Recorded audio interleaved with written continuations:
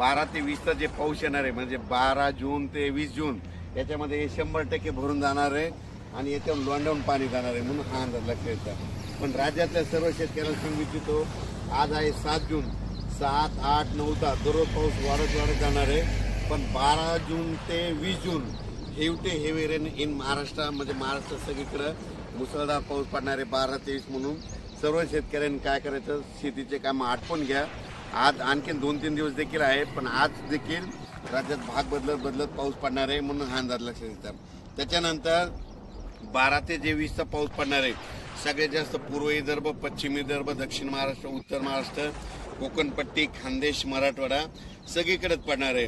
पण राज्यातल्या सर्व शेतकऱ्यांना सांगू इच्छितो की म्हणजे आज 7 जून पासूनच राज्यात मी म्हटलं होतं ना 6 जून पर्यंत तुम्ही कामं आटपा। 7 जून पासून म्हणजे आजपासून बघा दुपारी 3च्या नंतर राज्यात ठिकठिकाणी पाऊस सुरू होणार आहे।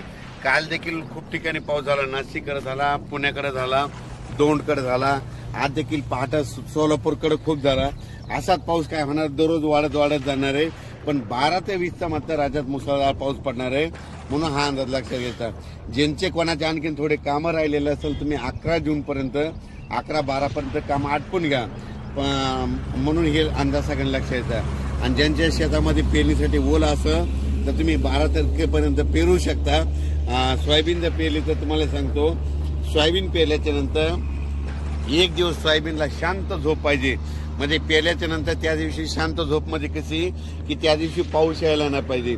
पाऊस जर पडला तर ती थापटून जाते म्हणून एक माहीत असं सांगितलं। पण राज्यात मात्र तुम्हाला सांगतो की 12 ते 20च्या दरम्यान मुसळधार पाऊस पडणार आहे। पण आज 7 जून पासून राज्यात भाग बदलत पाऊस सुरू होणार आहे म्हणून हा अंदाज लक्षात येतो।